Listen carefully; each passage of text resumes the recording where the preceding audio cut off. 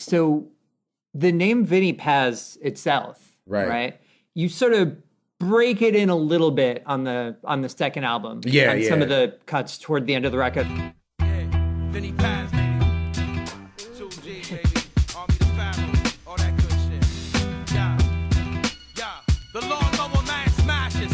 I don't know if they were recorded Sure. later than the others or not, but you break it in as kind of a nickname Sure. amongst many. Sure. And then the next record, it's sort of your full-fledged name. Sure. How did that happen? Well, I always loved like how EPMD were Eric and Parrish. I thought it was dope that Keith Murray's rapping was Keith Murray. I'm like, it was just dope. You know what I mean? I'm like, oh, be dope to incorporate my name. My real last name's too long, and you know, you never want to. The old Italian adage of like, they won't like you if you're too ethnic. You know what I mean? Hence why everyone chopped their name at Ellis Island. You know what I'm saying? So Pazienza. American boxer Vinnie Pazienza, who boxed under the nickname the Pasmanian Devil. Me and my pop, like every Saturday that he fought on Wide World of Sports on ABC, we would watch it. He was like a hero. So I'm like, that's it. I could use my real name and pay it. Yeah. You know, it's an homage to my favorite fighter. So yeah, that's how it came up. How well, like you said, I think you made a good point that I like slid it in a little bit on Violent by Design. You know what I mean? It's like when you give your girlfriend good news before you tell her that you broke her car or something. You know what I'm saying? Yeah. You Did you know at that, even back at like 2000, that it was going to be your major I think I was name? like, this has a quote unquote ring to it. Mhm. You know, it's corny to say, but it is needed to some degree. You know what I mean? It's not that I ever thought I'd be a pop star, but it's like like I said about being a bit too like abrasive. It's like even those names like Icon, the Verbal Hologram. Right. It's a lot of syllables. Fucking long. It's like it's kind of fucking stupid, maybe. Then it's like, all right, I'll chop off the verbal. That's dumb. And it's like, oh, I said icon hologram a couple of times, and it's like, all right, the word icon. Let's think about that word. There's got to be fucking 10 dudes around the world that thought of that same name. And then there were. And there were. There's like a DJ icon. There are dudes, various, right? It could be graph writers, DJs, b-boys. It's like, okay, this is me. This is who I am, and it represents me more than any of these other names, whether they were my graph names or anything else. You know what I mean? So, like you said, I don't know how deliberate it was, but it must have been subconscious to be like, say it a couple times on this record so it's not foreign next time out. You know what I mean? Yeah. So boxing, was there ever a point, even when you were a kid, that you were like, Yes. oh, it's boxing or music? Yes. What was the fork in the road moment? I believe that you cannot do anything in life that you love, that you want to succeed in, and not do it 110%. And it was like, all right, am I going to run 5 miles before school, go to school, go to the gym and spar, do this rap shit? Like, something's going to have to give, you know what I mean? Like, I think being paid to have a couple drinks, kick it with your boys, and rap on stage might be better than getting concussed. Maybe. Right. You know. How old were you when you figured that out? Like early high school. Had my pop not passed, it probably would have flip-flopped. You know what I mean? Because He was that heavy into boxing. yeah, and that like His brother was a trainer, right? OG. My Uncle Willie trained Jeff Chandler, who was bantamweight champ. So I was around there. He was married to my Aunt Becky. Oh, okay. They called her KO Becky. He like there's a defensive style called the Philly shell. And he like basically invented it. Uncle Willie, like this style that's still used and like trained, you know. Yeah. But you might have ended up as a boxer. I believe, well, I know my dad would have shut the music shit down. Had I said I want to go further than hobby. Sorry, I said habit. Freudian slip. Right. My brother Lou was a metal musician. They let them practice at the house. You know what I'm saying? I don't know if my pop was like if my brother was like, this is what I want to do for a living. I don't know what my pop would have said. He he didn't really get the chance because, you know what I mean? He passed away. Like, my gut tells me just the stubborn OG Dago shit would have been like, hey, it's a fucking pipe dream. Yeah, you got to get your hands dirty. You know what I mean? And like, that like, you know, fighting or my pop ran a car detail, you know, my pop owned a car detail shop. Yeah. And some guy cut across the lot when I was like on the lot to avoid a light, but he was doing like 60. And I was out there. I was a little kid. My pop like chased him up to the light and just drubbed the shit out of him through the window. Wow. Yeah. He wasn't fucking around. You know, I was looking at shit about the group, right? Okay. And the early days and the interviews you did. And you said like something I thought was no. kind of surprising. No, it's not bad. It's not bad. Just like as You far as don't like, know that yet. yeah, as far as breaking out on the West Coast, Yes. that Peanut Butter Wolf was Yes. super important to that. Very important. How was that? He was working at THC, yeah? I could be saying this wrong. I know T and C are correct. Maybe not the middle one. THC was a little distributor.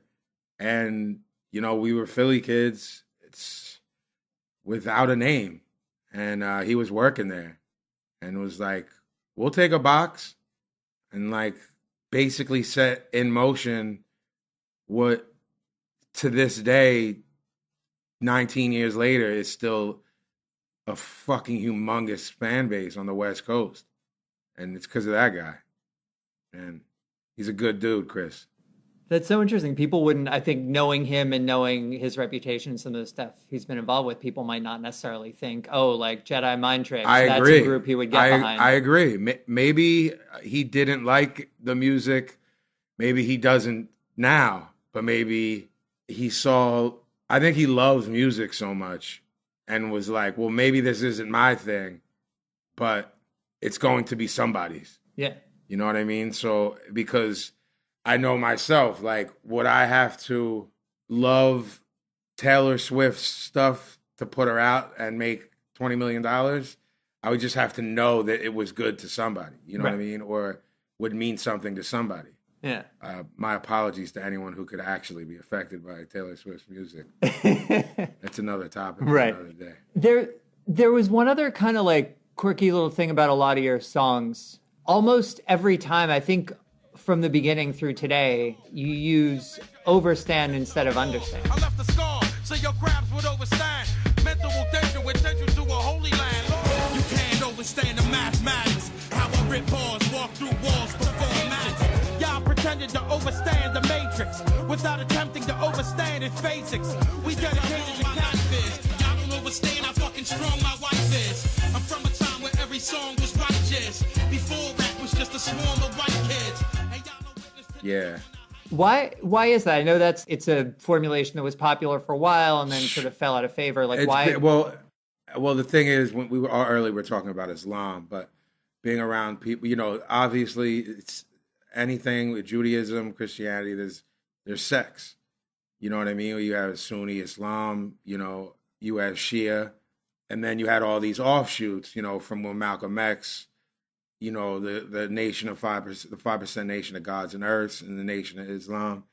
And the slang originated from the 5%ers basically saying, if you're understanding something, you're standing under it, you're below it, you're not grasping it.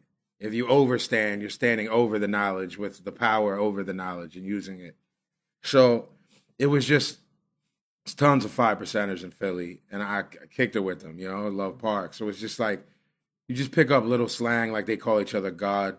Yo, peace, God. You've heard that, you know. Yeah, in New Yorker, of course. Yeah, like, peace, God. Like, you know, it starts becoming, it does mean something, but then it's the vernacular just becomes a part of the lexicon, you know what I mean? Where it goes beyond that, you know what I mean? Like, so it's just, I've always been a sponge, man, like of my surroundings, you know what I mean? Down to like the fact that I'll rock a European festival with 30,000 people wearing an obituary sweatshirt, you know what I mean? Because I'm not like to play a part, like you have to dress like a rapper and it's a uniform. Why don't you look that, you know what I mean? Like I'm not, like there's no box, you know what I mean? If someone doesn't get that I dropped John Tardy's name, who's the singer of Obituary. Like, I can't worry about that.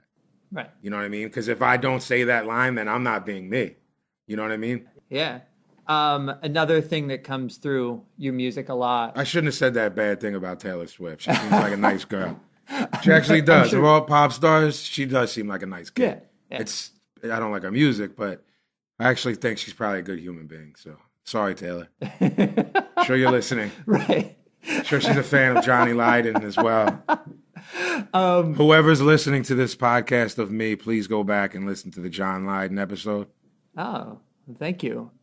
So you either mention or quote, sometimes like literally quote or paraphrase Nietzsche a ton. Yeah. From the beginning. As I decay, demons prey above me like a vulture. Ability to endure contradiction is a high sign of culture. Verbal sculpture, self-defacing. It is not God or lunacy that I am facing. Sending you to the squared circle to meet me. To beat me won't be easy. You'll face theses of Nietzsche. Blood will appease me. Raps might slaughter me. Nietzsche in philosophy. I am a vampire. I'm proud to be. I cannot be seen in your photography. What is it about him that resonates with you? I don't know. I'm never able to answer that when anyone says like, why do you like da da da? Why are you obsessed with Kubrick? Why are you? Is it? Do you see yourself in people maybe, and that's what it is? I don't know. You know what I mean? Like if I was to ask you that, like, you know, who is your favorite writer? Do you know offhand, or would you have to think about it? I would say maybe Sarah Kane, who's an English playwright. Okay, now would it be because, it's so articulate, or I like the style, or do you connect with it? Do you think that's what it is? It's hard being on this end of it. But I feel like I don't know how, you know what I mean? Yeah. But something about him always... Not kinship, kindred spirit. That's I think like with Bukowski, it's sad to say that I see a lot of, you know, when you're talking about a mess of a man, but I think when I see anything of myself, I'm not comparing my brilliance. I'm not brilliant like these guys, but some of their faults, when I think like I've never liked anyone artistically that I saw as perfect. Yeah. You know what I mean? Like Tom Hanks, I don't know how many Oscars he has. Tom Hanks has been being Tom Hanks. Tom Hanks plays Tom Hanks. I don't know how he wins awards for that. Tom Hanks has never not been Tom Hanks since Bosom Buddies. I don't understand it. And I'm like, see, I must see the world differently. Not better, just differently. Yeah. That I don't see, like, but maybe it's because that guy just seems like this perfectly nice white American male living and I don't have any connection to that. Yeah. And I see someone, Dostoevsky, this fucking tormented, rundown man, and I'm like, oh, I see that. Right. I know what that's about. And with Nietzsche, it's not like you're not just name dropping like, oh, you know, Superman or something, like not just like the most obvious concepts. Like you quote his like late shit. Like, yeah, well, I the more as he lost his mind, I think I started getting more. You know what I mean? I'm intrigued by it. I know it's dark, but like, and we're obviously having a great time talking. So it's not like I don't want to say like I'm a dark person. I am when I'm alone and my thoughts are dark, but I don't like to project that. You know what I mean? Because it's like, fuck it, man. We all have our limbs. We're all breathing. You know what I mean? Yeah. Kids is healthy. It's like, you know. But I always seem to like be drawn to darkness. Film writers. You know what I mean? There's something like that. Oh man, a happy motherfucker makes me mad. Like, I hate happy people, bro. But I think I don't. I think I hate that I'm not that way. You know what I'm saying? Yeah. So, like, before I say I hate happy people, I should go back and say, I think that I do because I'm just mad that I can't attain that. Right. You know what I'm saying? And I think I hate stupid people because stupid people are happy because they're too stupid to know that they shouldn't be.